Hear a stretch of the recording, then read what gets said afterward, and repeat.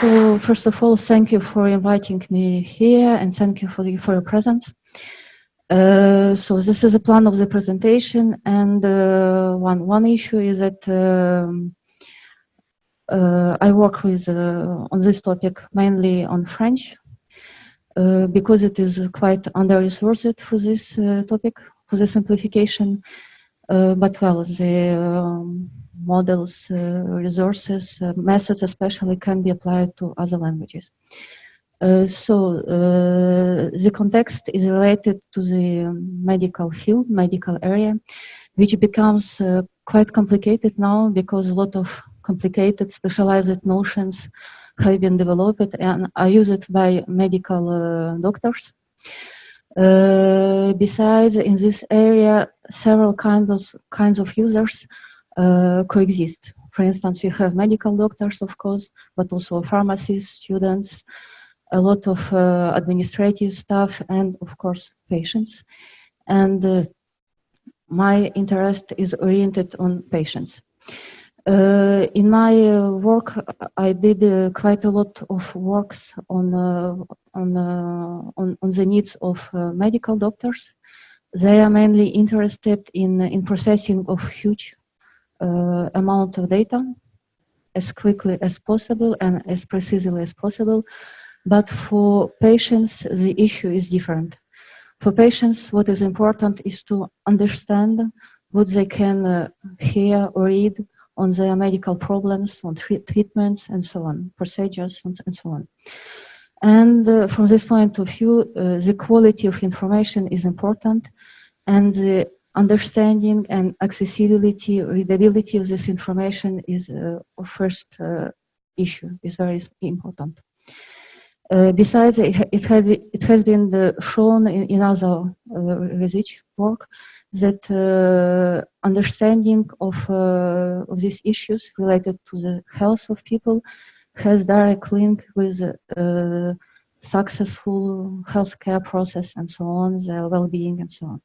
So this is the motivation of this work. Typically, this topic is related to the readability of health documents and also to their simplification when all the elementary resources and methods are ready. Readability means that someone is able to read, understand some information, and then to use it. And it has been shown that it is important, and it is not the case.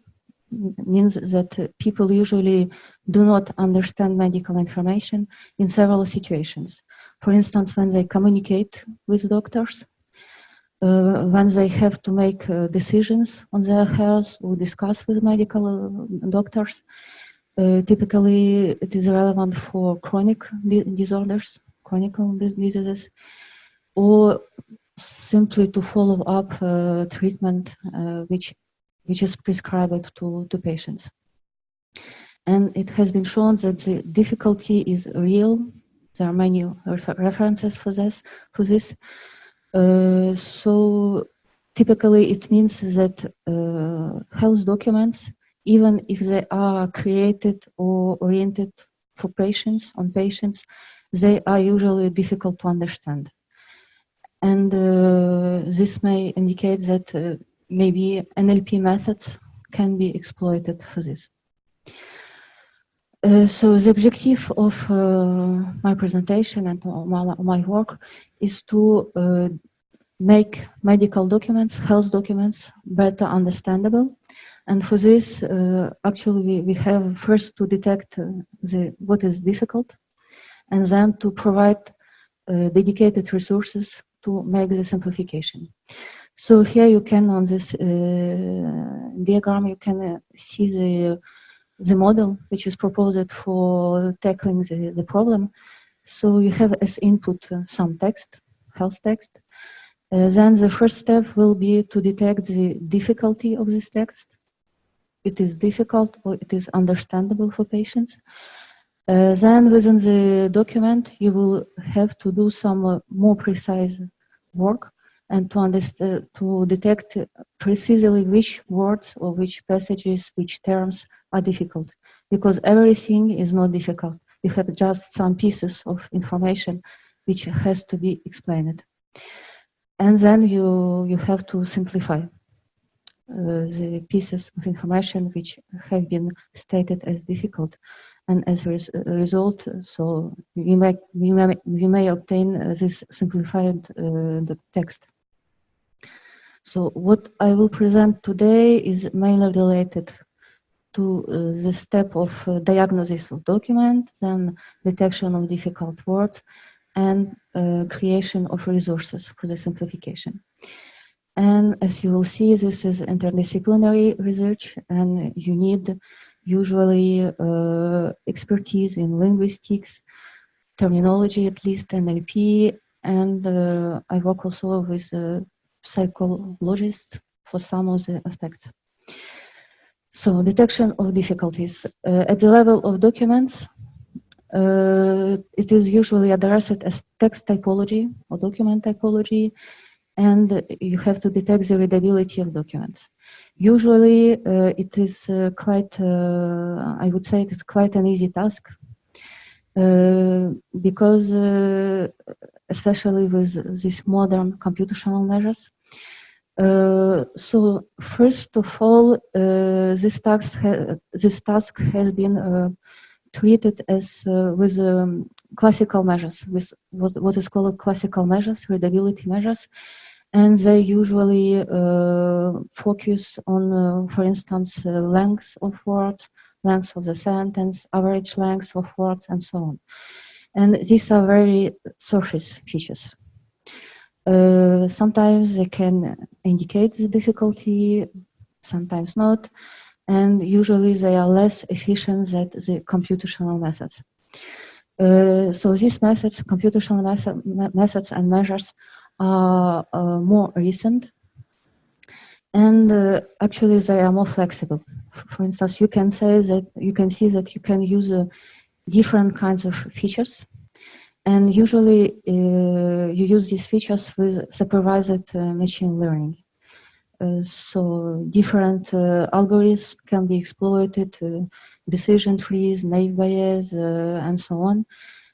Usually they are all efficient for this task, because mainly there is quite a big difference between these two kinds of text, and it is quite easy to make this difference. For instance, even n-grams of characters are efficient, very efficient. And when you use more specific features like morphology, because in medical area you have a lot of compounds, it becomes even more efficient. Here you have some idea of the results.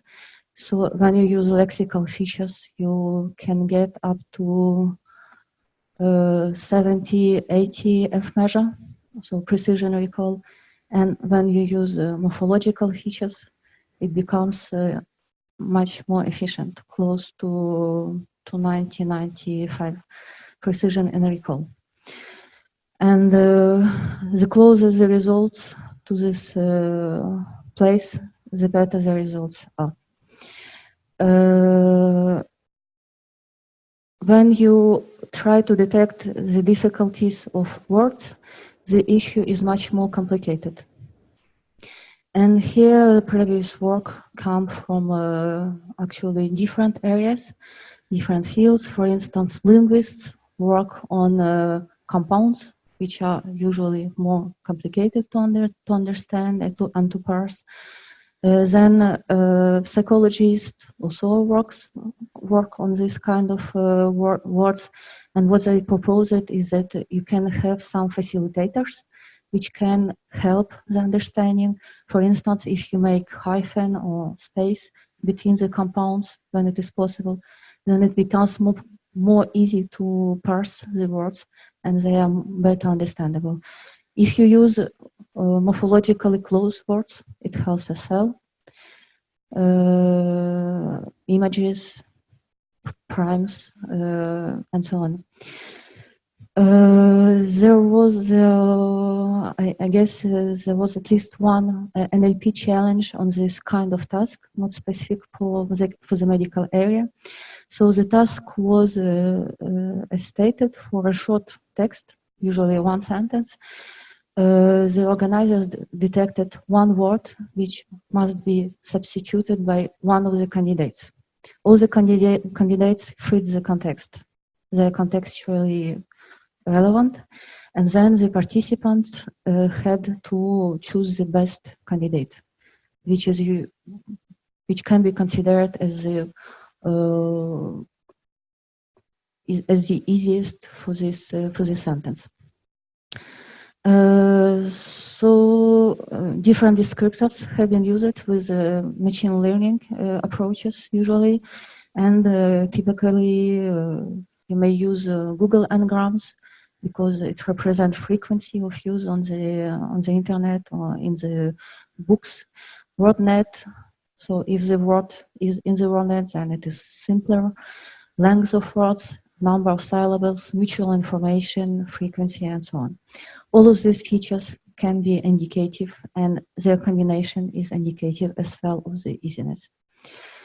What I will present for this task is different. One experiment has been done with a psychologist. It is based on eye tracking, and another one on machine learning, but with quite a little bit different objective. So the eye tracking records typically the movement of the eyes. So you have specific camera. It records the movement of the eyes when you read or look at one image, and it provides several indicators such as fixations. So I will show you fixations. The dots are the fixations. Then you have the saccades. When you go from one point of reading to another, and you may have the regressions. So when you go back in the text. We use two texts. Short text because they have to be displayed on the screen for any kind of people, and so the transformation, the simplification has been done manually on two texts. In blue, you have replacements with synonyms. In red, with hyperonyms, with more general terms. And on the second text, we also had some passages which have been removed. So simplified text, which is in the second position, is more considered to be more easy to read and maybe to understand. After the reading of, so we had some control texts as well, which have been read by the participants, and we also had a questionnaire to ask people some questions and to control again if they understood or not one text or another according to the version, simplified or original. So here you have some example of the reading. Original and simplified text on the bottom. And you can see that typically original text has larger fixations, which means that people usually stay longer on a given word. Some of the words need several fixations, like this one. It's typically a compound.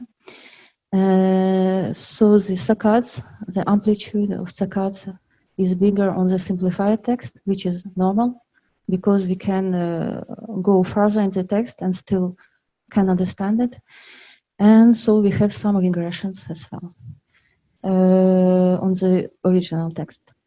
We have quite the same picture for the second text. And here the specificity is that, so on the first text, we have more compounds, and on the second text, we have numbers. Numbers which are also quite difficult to read and to understand when we read. And typically, the biggest concentrations of fixations are related to the numbers. So here are the results of this experiment, and so we can see that for the training and control text, we have very similar results for the reading, which means that well, it is normal because it's a general language text, and the reading is similar independently on the version of technical text. And for the technical text, so we have these three features: fixations, saccades, and regressions, and they are statistically significant. They're all statistically significant for the first text. And for the second text, what is statistically significant is only amplitude of the saccades.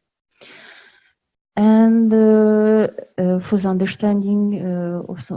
understanding questions, so here the answers have always been statistically significant between the simplified and the original version of the text. So another experiment has been done with NLP methods. So here we use supervised machine learning, and we asked 3 annotators to annotate medical words for medical terminology, typically this one, SNOMED, international, and to annotate each word according as to whether they can understand, they hesitate, or they cannot understand. And it's almost 30,000 lemmatized words, which quite a large set of medical words. So the annotated agreement is .74, which quite a good agreement for this kind of task. And it also means that different kind of users, non-specialized users, have similar problems with understanding of this kind of terms.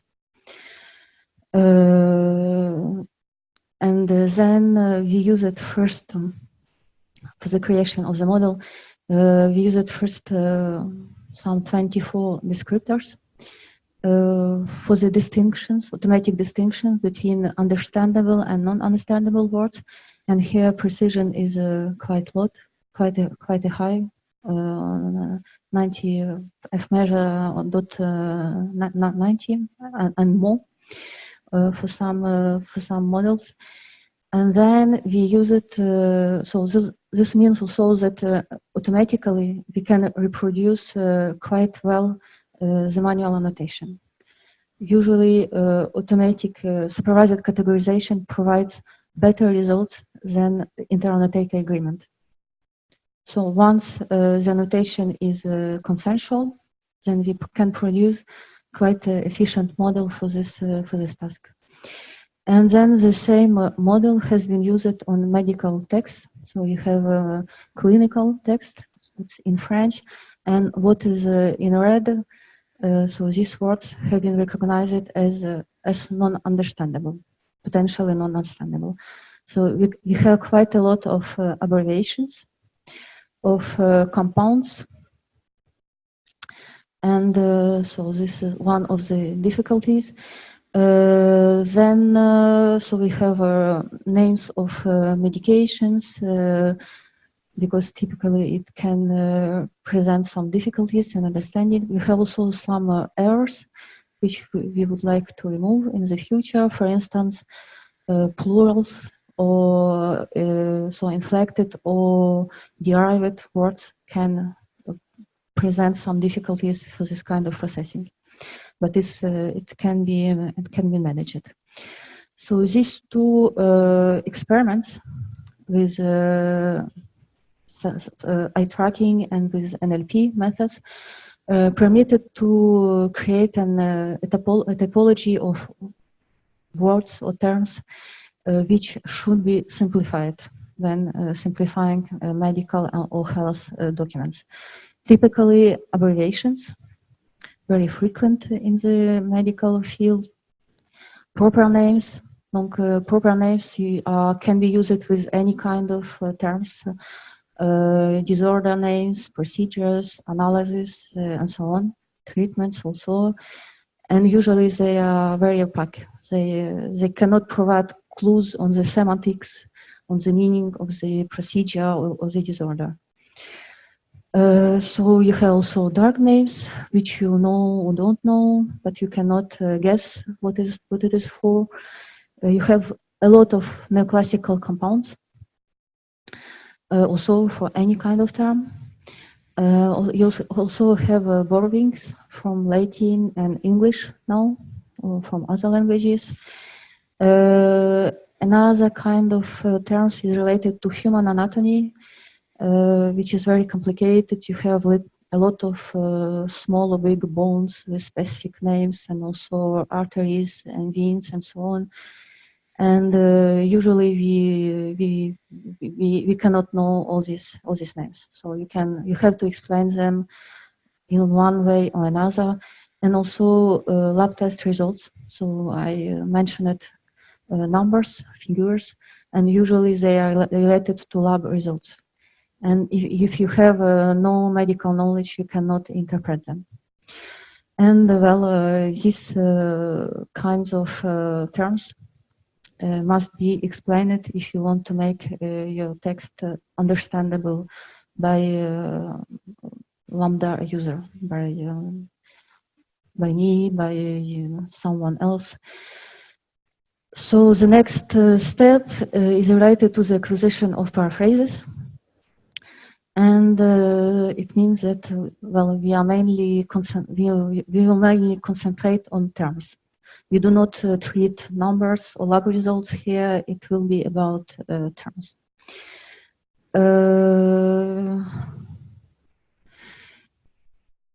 So you have several existing work in this on this area as well. For instance, so I will differentiate general language and medical language. In general language, people usually use a simple Wikipedia, which has been created some years ago, but it is quite young comparing to Wikipedia. And usually, simple Wikipedia is addressed to children, to foreigners, to poor readers, and so on. And so you can have same kind of information, but with simpler words, simpler sentences. And usually people use these two text sets of text from Wikipedia and simple Wikipedia. For instance, in Wikipedia and simple Wikipedia as well, but in simple Wikipedia, you can use the history of the writing of a given article. You can, through the dump, you can access to the history of all the revisions. And the hypothesis is that the newer versions are better, are more simplified than the first versions. And so you have to make the comparison of first and, for instance, last version or intermediate versions, and then you can acquire this simplification rules. Usually it is aimed for the lexical rules, so you can acquire this kind of lexicon, stand for, which means is the same as. So the second one is simplified version. So precision varies according to methods, certainly according to topics, and so on. You can also use machine translation methods and tools, which are quite efficient now with neural networks and so on. And here you need more input, things like parallel and aligned corpora. So you have to process and to prepare your corpora and to align sentences, for instance, from normal Wikipedia and simple Wikipedia. It's quite difficult work, but if you have this kind of data, reference data, then you can prepare your models and then to process and to have quite efficient results. And you can also tackle this question with distributional methods. So here the hypothesis is that in the same vector, you will have a technical term and its equivalence, simpler equivalence, because maybe I use it in the similar context. And for this kind of methods, you will need to do quite a lot of filtering to keep only the best candidates. And well, and performance is very different. In medical area, so the topic is older than in the general language, and first work has been proposed in the NLM, National Library of Medicine in the USA, and the work provided what is called now Medline Plus. So first, the proposal was to translate medical terms to general language, and finally they provide a set of brochures on different topics, and well, patient can read them and maybe better understand what it means. Another point is that these brochures are available now in different languages and in Ukrainian as well. Not all of them, but some of them. Then another initiative is called Consumer Health Vocabulary. It was a big project with a lot of money, and they aim at collaborative methods and some NLP methods. So they have provided paraphrases or equivalents for quite a lot of English terms, and consumer health vocabulary exists only in English. And then you have some works on French. One is oriented on morphosyntactic variants, for instance, nouns and verbs. Nouns, which are usually used by medical professionals, and verbs, which are used by patients, because it's a different conceptualization of the word. One is more on the action with patients, and one is more conceptual with medical doctors, because that's their training. And you have also some works with social media specificities, because in social media, in medical field as well, you have this specificities. For instance, you have a lot of misspellings, so you have to detect which term it is exactly. It is not directly related to my work, but the fact that you can use reduced words in words instead of full words, it can be related to this topic I am speaking about. For instance, you can say chemo instead of chemotherapy. So I will present here 3 experiments, and they aim actually different realizations of the ways we can extract the simplification. So we extract the paraphrases, but an additional issue is that these paraphrases must be simplified comparing to the source term or source word. So we will try to exploit definitions, reformulations, and also morphological analysis of the compounds. So with the definition, it's very intuitive work. So typically, when you make definition, you define a term, and here you have what is called definition patterns. The most frequent one is called is-a pattern, and typically you have the term, definiendum, the pattern, and then you have the definition. And you have several markers of the definitions. So we use it only for them, but there is much more. And so here the trigger is the term. So if we recognize the term, if we detect term, so then we check if we have the definitional pattern, and then we can extract all the sentence. And the definition is usually inside.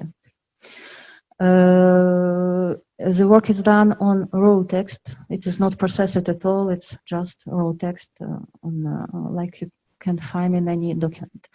So we have extracted more than 2,000 definitions for more than 1,000 unique terms. And it showed that we have strict precision, more than 50%. So it's strict. We keep only those which provide exactly the information we would like to obtain. And we have also computed weak precision. So here you can have some partial information or some additional information which is not really used, but it is here. And in that case, we have bigger precision. In this way, we can define several types of terms, compounds, of course, hypoglycemia, acidocytosis, and so on, affixed terms. So we have the basis and some affix, derivational affix, and non-constructed terms, simple terms, which are not morphologically constructed. So we have here some examples. For instance, hypoglycemia is a lack of sugar in the organism. Septicemia is a poisoning of blood due to a microbe, and so on. So these are some good examples which we will keep for the further work. With this method, we can extract several definitions for a given term. So we have at least 3 possible definitions. And the first one is the most suitable. So it's pericardial, which is a exterior level of the heart. So it's the simplest one, it's the best one for our task, but you have also other definitions which become more and more technical, and they are not very suitable for this for the task. They can be, the last one typically can be used by medical doctors, maybe students, but not by patients. Well, another method for the acquisition of paraphrases is related to reformulations. So we decided to use reformulations, and reformulation means that we say something, some information, but with different words. We say it differently. And when we have reformulations in medical texts, it usually means that you have some complicated notion, some complicated term, and then you can find paraphrase or reformulation for this term. And the reformulation markers can also be used as triggers for the acquisition of these paraphrases. Here we have to use some reliable data, so we use moderated fora, discussion fora, medical fora, and Wikipedia, which is a collaborative project, so information is quite reliable. So here the model is that you have the concepts, and you have the marker, and then you have the reformulation. We used several markers here as well.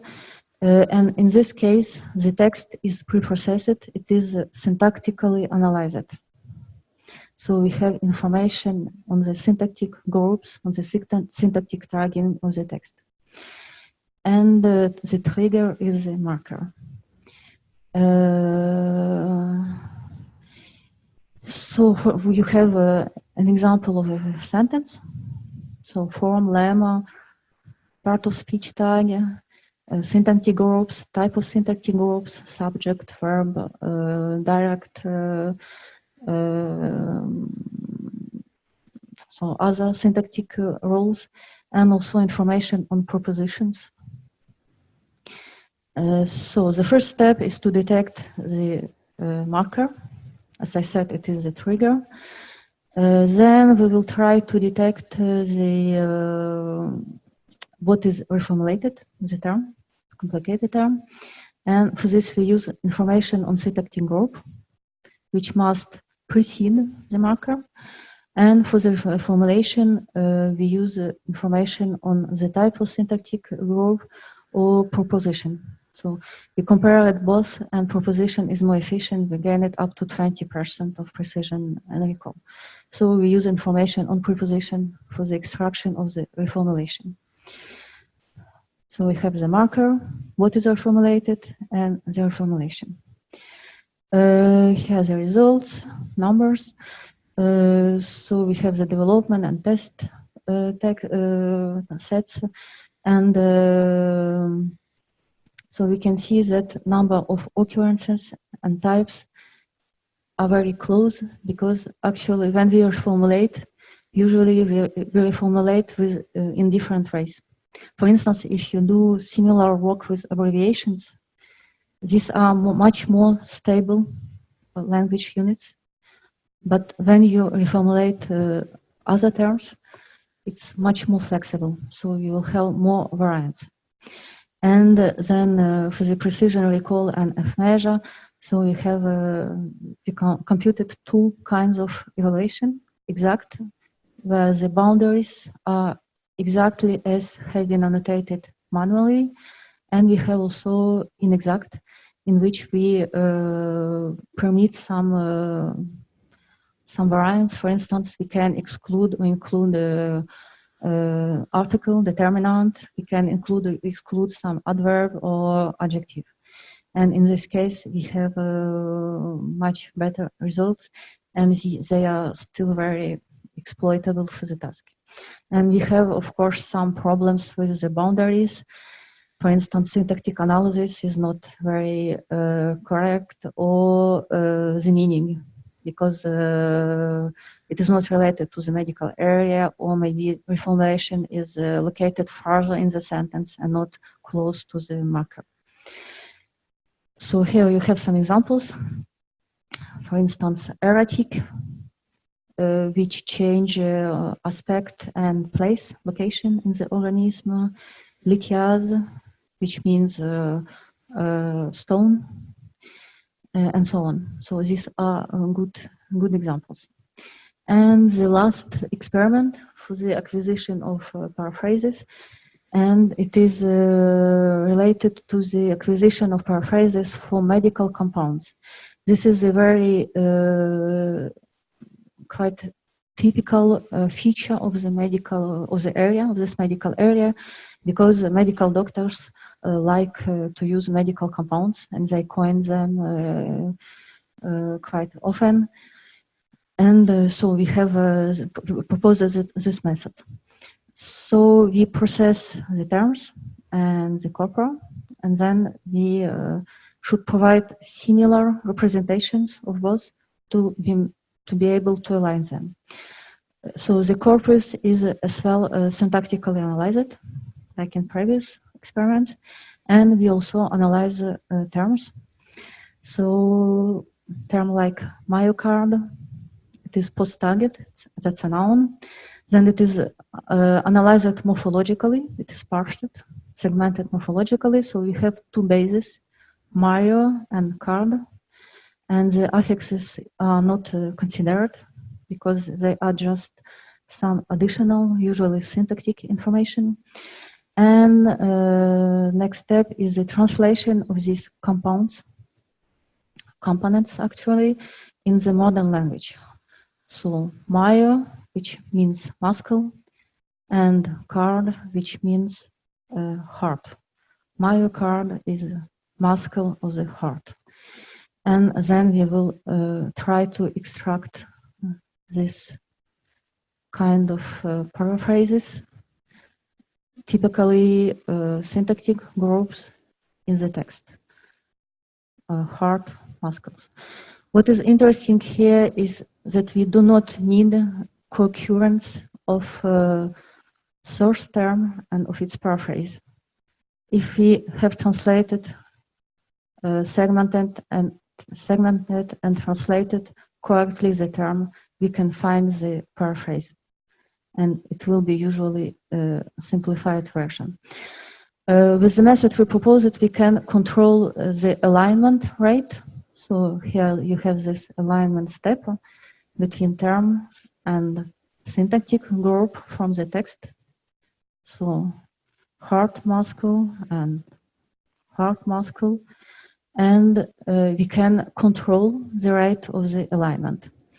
So the most interesting case, if you have full alignment on both sides, term and syntactic group.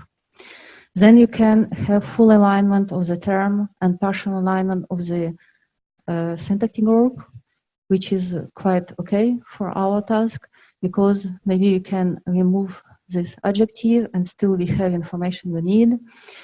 And then we have two cases with partial alignments, which are not interesting for us because they will require quite a lot of additional work to restitute the full meaning. So here are some results.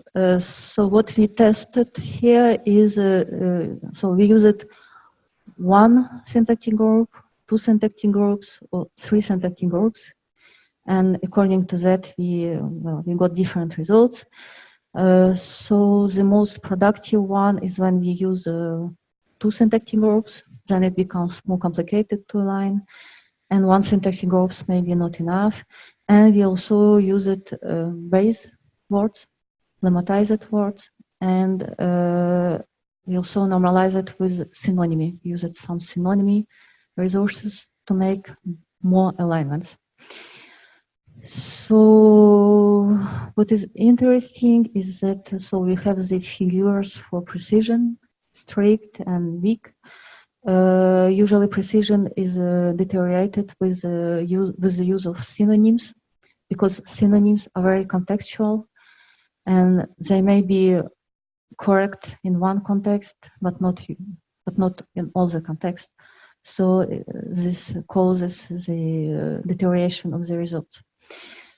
And you can also see the rate of errors. So it's between 5 and let's say 14 when we don't use synonyms, and it goes up to 40 when we use synonyms. But well, synonyms can bring some noise, some errors, but they are very interesting anyway. So some remarks on this morphological analysis. Some terms can be have several analyses possible. Usually one of them is correct, and we have to keep that one. Then some terms are also analyzed, also they should not be analyzed. And here you have some examples. So, for instance, podalgia is the ache in the foot. Mastitis is inflammation of breast. So I will not pronounce that one. Then dysmorexia is a rupture of ligaments. And in this series, you have inflectional and derivational normalizations. And in this series, you have synonymy normalizations. So yes, what is interesting also with this method, usually in compounds, it means that you have at least two bases. If you have only one basis, it's just derivation. If you have at least two bases, then you have compound word, and it means that these compounds, components have some semantic relation between them. And usually it is complicated to compute this semantic relation. It can be mainly coordination or subordination. But with this kind of method, since we exploit data from reliable sources, actually we don't mind about the semantic relation. Usually it is provided by the text. We had some errors due to this, but they are quite few. Another issue is that some terms, even if they have at least two components, two bases, they are not compositional. It means that if you take the semantics of each component, it does not provide the semantic of the whole term. So you have some additional information which is implicit and not explicit in this kind of components. And for these terms, we cannot acquire paraphrases with this method. So here we compare our work with other existing works. And so so we did some other experiments which are also indicated here. So on for some methods, we aim for very precise linguistic units, such as compounds or variations.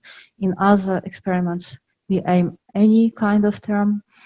So in existing work, this is also the case. For instance, some aim any kind of term and some morphosyntactic variants.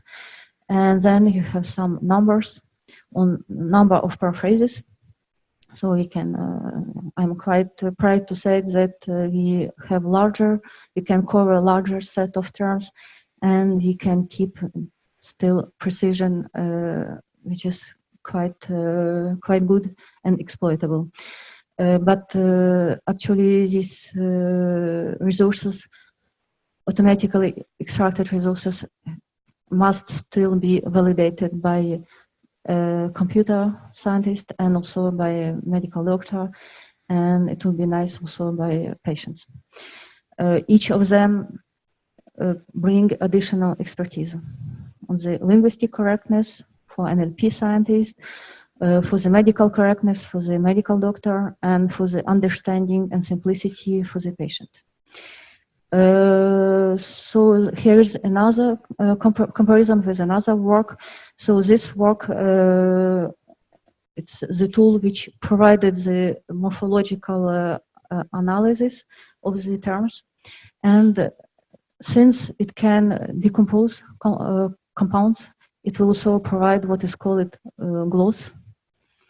It's kind of artificial language which takes this basis and which proposes some explanation. And usually it is not very simplified. It can cover a higher number of terms, but it's not very simplified. So to conclude, I presented you several experiments. Some of them are related to the detection of difficulties in reading and understanding at the level of documents and also at the level of words.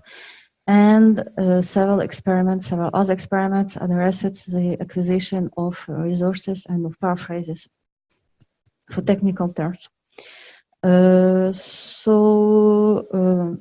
aim at some linguistic phenomena like reformulations, definitions, compounds, and we exploited corpora from general language, and it is interesting because we do not need specialized corpora to simplify terms. And what is actually this, I didn't say it, but these different methods for the acquisition of paraphrases are complementary because they aim at different phenomena, linguistic phenomena, and usually they provide different paraphrases for different terms. And the work has been done in French. So you have heard something on this step, and this step. And so in future, we can, of course, improve the methods for the diagnosis of the readability of text, of its difficulty, and also on the acquisition of paraphrases. Another issue is the alignment of the terms with standard terminologies, because in that case, people can make more easily the link between a complex term and its simpler versions. And well, we plan also to make the resource available, and different resources from these different methods, experiments are already available. And well, now we have another project which is aimed at the simplification of the text, and we work mainly on this step. So we have to acquire now the rules for instance, syntactic simplification or for the disambiguation, and to make the simplification possible and to make the creation of the simplified text. Thank you for your attention.